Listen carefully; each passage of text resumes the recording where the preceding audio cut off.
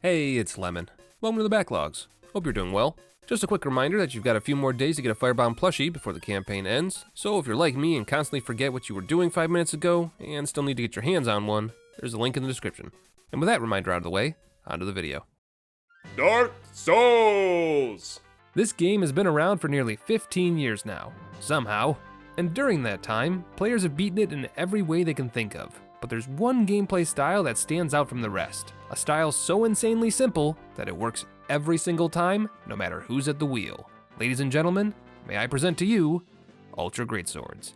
The absolute pinnacle of strength builds, these bad boys are the living embodiments of brute force. All you need to do is pick one up, preferably hold it in two hands, and repeat the mantra of Ultra Greatsword users everywhere. R1. R1 to victory. And so, today we're going to ask ourselves, can you beat Dark Souls 1 with only Ultra Greatswords? Yes. What, are you serious? Why would you even ask that? So here's the thing. I'm no stranger to making can you beat videos with weapons that are pretty obviously doable. But when we come across those weapon types, I like to add a little spin to it, either by creating a whole storyline around it, or by adding additional challenge elements. But the Ultra Greatsword is just, like, what do you do with that? No matter what restrictions you add, you're just prolonging the inevitable. You can try to stop the Unga, but you can't prevent the bunga. So instead of doing a challenge run, where I repeatedly tell you how I pressed R1 until a boss died, we're gonna do something a little different. This time, we're gonna talk about a build so iconic that it continues to inspire fear and awe to this very day. The GiantDad. Created by Only Afro back in 2012, this video single-handedly changed the Dark Souls PvP landscape. Why strategize and struggle your way to victory when you can just dump into poise and press R1 3 times? Hell, FromSoft liked the build so much they made it into a boss, just not in a Dark Souls game. No, seriously, look. He's a giant, he's a dad, he's got nearly infinite poise, and a giant fuck you sword. If that isn't GiantDad, I don't know what is. But as you may have heard me say, this build was made back in 2012. And with as much as we know about Dark Souls now, I think it's time we improved upon the design. We owe it to humanity, or at the very least the brave souls who still play Dark Souls 1 PvP. Speaking of humanity, let me tell you about today's sponsor, Once Human. I was in the middle of something? Here, play with this. Well, I don't know, oh, okay. Once Human is a free-to-play, open-world game centered around looting, crafting, and base building. Oh, and shooting Lovecraftian horrors before they devour you. Can't forget that part. Launched on PC in July of last year, Once Human is excited to announce that it will now be coming to mobile as well. Exactly the way you remember it. Mechanics, graphics, and all. Already have an account on PC? Fantastic. No need to create a new account. You can play your character on the same server from your phone. Just pop on during your lunch break and you can check in on all of your crafting and deviations, giving you more time to focus on bigger projects, exploring, and dungeon delving during your focused play sessions. And don't worry, all future updates that come to PC will come to mobile at the same time, keeping your sessions seamless. And just like the PC version, Once Human's mobile version is free to play and not pay to win. You'll love to hear it. To celebrate the mobile launch, Once Human is offering a mobile test package from February 28th through March 30th. Jump on PC and sign up for the test now. Just visit oncehuman.game or pre-register on Google Play or the App Store, and you'll receive exclusive gold cosmetics and enter the lucky draw for even more rewards. So join the 29 million players and counting who have pre-registered and check out Once Human today. Lemon, I'll take my phone back now. Not now. Someone burned down the Firebomb Academy again. I need to fix it. Lemon, No, wait, stop. On, No, I need to fix it! Right. Before we dive into all the math and mechanics, let's go over the original build. Starting with armor, we've got 3/4 of the giant set. The chest piece, the gauntlets, and the leggings. These pieces can all be purchased from the Giant Blacksmith in Anne Orlando, and are all upgraded to +5 with Twinkling Titanite, which the Giant Blacksmith also sells. As for the helmet, we've got the Mask of the Father. You can get this mask pretty early in the game if RNGesus doesn't hate you, as it has a 33% chance to be dropped by Pinwheel. Damn it! But for those of us who forgot to pour out our daily sacrifice of salt, if you bonk your way through the Tomb of the Giants, there's a 2% chance that one of Pinwheel's clones will drop it for you, or you can kill Nito like the absolute Chad you are, and then go buy it from Patches after he moves to Firelink Shrine. But why these pieces of armor? Well, because they're easy, and they absorb a lot of damage. The giant armor is, mathematically, the highest defense in the game when fully upgraded, and the Mask of the Father gives you 5% more equipment burden when worn, which is a big deal when you're running around in heavy armor and swinging a big sword multiple times in a row. As for the rings, they're exactly what you'd expect. Havel's Ring, which increases your equipment burden by a whopping 50%, and the Ring of Favor and Protection, which increases your health, stamina, and equipment burden by 20%. Combine that with the Mask of the Father, and you can see how this gets real upsetting real quick. You know what's horrifying? This used to be even stronger, because in an earlier patch of Dark Souls, the Mask of the Father used to grant you 15% equipment burden, which meant players could switch out the Fap Ring for something like, oh, I don't know, the Darkwood Grain Ring, or as I like to call it, how the hell you doing that? What are you doing? How's he doing that? But Lemon, there's no way GiantDad can ninja flip. He's too heavy. Well, sure, now, but back in the day, the ninja flip ring would let you do cartwheels if your equipment load was below 50% instead of 25. But don't worry, cartwheeling GiantDad isn't a thing, and it can't hurt you. Oh god, I knew it was real! Every man for himself! Moving on, let's discuss the weapon and shield. The shield requires no explanation, since it's a staple in literally every build ever made. But in case you're unfamiliar, it's the Grass Crest shield. It can parry, has very good defense, is extremely light, and increases stamina regeneration. Simple enough. As for the weapon, it's the Chaos Zweihander plus 5. Why? Several reasons. First off, it's easy to find. Just go around the corner of Firelink Shrine, and you've already got your endgame weapon. It's also one of the fastest Ultra Greatswords in the game, so it's better at catching enemies in the middle of attack animations. In addition to this, the Zwei requires very few stats to use two-handed, and the Chaos element means you don't have to invest in strength to get maximum damage, just humanity. In fact, you can still get almost as much damage as you would have gotten had you invested all the way up to the soft cap for any other stat, which is wild. You do have to kill Quelaag to get into the Demon Ruins, and you'll have to come on and slam Ceaseless, but a plus 5 Zwei is more than enough to get past both of those obstacles with ease. And so long as you're willing to do some sprinting past a bunch of demons and have enough fire resistance to cross the lava to pick up the Chaos Ember, that's all she wrote. Lastly, the GiantDad build has 2 spells up its sleeves, Black Flame and Black Flame again. This is your counter spell to anything that's managed to get past your heap of raw iron. It's fast, does physical and fire damage, and does a lot of it, which if you haven't caught on just yet, is the whole point of this build. And unlike spells and miracles, pyromancies scale off the power of the pyromancy flame, which is the only spell tool that can be upgraded in Dark Souls 1, rather than increasing in power based on your stats. Which brings us to the stats themselves.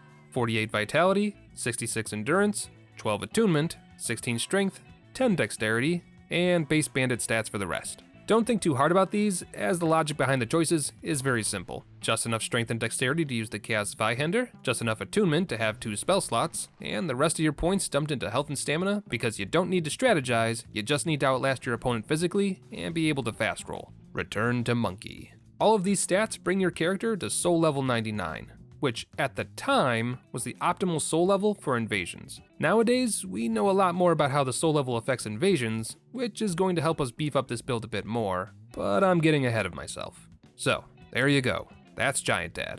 Nothing overly complicated, with the hardest part about it being that you have to go into New Game Plus to get a second copy of the Black Flame. And to its credit, this build is amazing, even today. If you're struggling to beat Dark Souls and just want to crush it beneath your boot, you'd be hard-pressed to find an easier melee build. But we as a community have been playing Dark Souls for nearly 15 years now, and I think it's about time we took all of that knowledge and information we've been collecting and put it to good use. So, without further ado, the Demon Giant.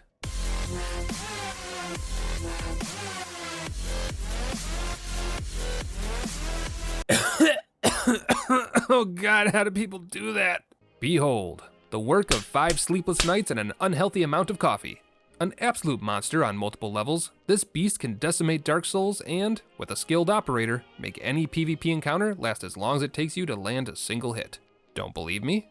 Alright, your loss. It's not like I was gonna triple your damage output while simultaneously increasing your defense or anything. Yeah, I thought that might catch your attention. So, let's talk build. Starting off, we've got the Giant's Armor, full set. Like we mentioned earlier, acquiring this armor is as easy as getting to Anor Londo and grinding the giants outside of the ONS fog wall until you're maxed out. But unlike GiantDad, we're going full set instead of just 3/4, and the defense gains are pretty significant. 426 physical, 290 magic, 336 flame, and 282 lightning, with an inconsequential dip in bleed defense and a slight boost in poison. You also get an additional 14 poise, going from 77 to 91, so you'll be even harder to stagger now. The only downfall of adding the Giant Helm is that we're going to be mid-rolling instead of fast-rolling, which I would argue is manageable, especially considering you're not supposed to be dodging attacks anyway with this build, but some might argue otherwise. But please, withhold your judgment until the end. I promise it's worth it. As for rings, it's actually quite flexible. Havel's ring is non-negotiable, but the secondary ring is up to you. You could add the Wolf ring for more poise, the Hornet ring if you plan on parrying the world, the Chloranthy ring if you need even more stamina recovery, or if you're like me and just want to see the world burn, the Red Tearstone ring. And the best part? This ring can be swapped to meet your needs. So if you're playing through the game and are stomping your way through Azalea, good news, lava no longer hurts you. Fighting the Four Kings in the Abyss? Not a problem, you didn't need that additional ring slot anyway. Invaded? The world is your oyster. Judge their build and destroy them accordingly. As for your weapon and shield, we've got the finest in kill your enemy technology ready for your approval. In the left hand, you've got your Grass Crest shield, no surprises there, but a swappable Dark Moon talisman as well. In the right, you've got a plus 15 Demon Great Machete and a plus 0 Pyromancy Flame on rotation. Because of the way we're doing things, what we want is the pure, unadulterated version of the machete at plus 15, which is actually really easy to accomplish if you go out of your way to collect the large and very large embers, and take a few minutes to grind out all the Titanite you need. For those of you a bit unfamiliar with the game, the Demon Great Machete is an Ultra Greatsword that drops from the Capper Demon, either its boss form in the Lower Undead Burg, or its mob version in the Demon Ruins. But, instead of praying to RNGesus that you get the 5% drop rate, you can also just join the Forest Covenant, talk to Shiva of the East, then drop down to Blighttown, where Shiva will happily sell you an unlimited number of them for 10,000 souls each. Easy peasy. As for the Dark Moon Talisman, you can get one by joining our Covenant of choice, the Blades of the Dark Moon. All you need to do is increase your rank to +1 by offering them 10 of their Covenant items, the Souvenirs of Reprisal, and you'll be given one for free. In order to fully complete the build, you're gonna need 80 souvenirs, so I hope you're ready for a bit of a grind. But while the intended method is that you're supposed to PvP to collect these, you can always speed things up by grinding out the Crow Demons in the Painted World as well. Which brings us to our spells. You'll only need 2, Power Within and Dark Moon Blade. Power Within gives us a 40% increase to all of our damage, and grants 30 points of stamina regeneration per second as well. 3 times what the Mask of the Father gives a GiantDad build. You'll lose 1% of your health every second, but that's 100 seconds of raw power you're getting in return. And now that your body is buffed, we've got the Dark Moon Blade to buff up your weapon. Only usable by those in the Blades of the Dark Moon Covenant, this miracle requires some heavy stat investment to use, but with the Dark Moon Talisman in hand, it's worth it. Here's how it works. Like any buff magic, Dark Moon Blade can only be applied to a weapon that isn't infused, hence the plus 15 normal machete. But if your Covenant level is maxed out at +3 and you give yourself 40 faith, you'll do 401 magic damage on top of the 647 physical damage your weapon already does. Oh, and that's without Power Within or the Red Tearstone ring, by the way. Just thought you should know. Which brings us neatly to the stats. 48 Vitality, 12 Attunement, 45 Endurance, 34 Strength, 9 Dexterity, and 40 Faith. Not only does this build immediately improve upon the GiantDad, because it doesn't need to put any points into Dexterity, like a filthy casual, but we've also kept all of the health and stamina of the original build as well. The Vitality is the same, and your stamina bar stops increasing after 40 Endurance, so you're not losing out there either. The only way GiantDad beats out Demon Giant in the health and stamina department is with the Ring of Favor and Protection, which the Demon Giant can still use if it wants to. And with the additional poise, defense, and damage the Demon Giant offers, you really don't need it. We've got 12 Attunement so we can have our 2 spell slots, 34 Strength so that we can 2-hand our Demon Great Machete, and the all-important 40 Faith so that we can maximize our Dark Moon Blade damage. Which brings us to the new PvP soul level, 125. Now, one could argue that the GiantDad would absolutely benefit from those 26 additional levels. But counter-argument, how? Putting more points into Vitality is a losing game due to the soft cap. The build doesn't need additional carry capacity, so Endurance is a waste, and putting points into Strength, Intelligence, or Faith would just get you a lesser version of what we have here. GiantDad's one strength is its mobility, but let's show you how much that mobility costs. We start off with the Demon Great Machete doing 647 physical damage, which for the record is double what GiantDad does, and is just shy of overpowering GiantDad's total damage overall. But then, Power Within.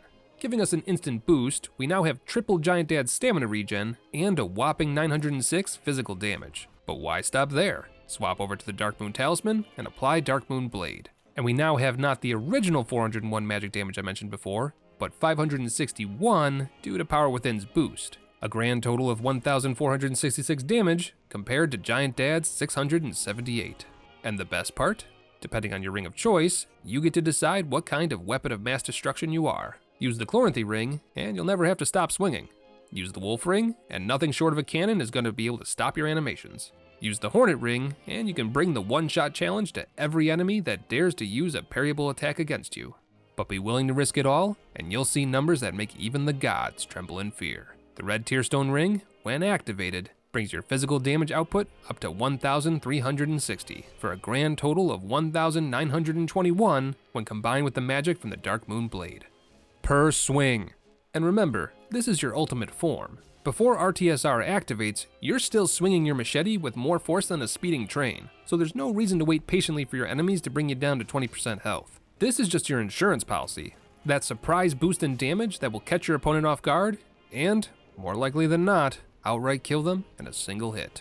And there you have it, the 2025 improvement of the GiantDad. The legend may never die, but by God does he improve as time goes on.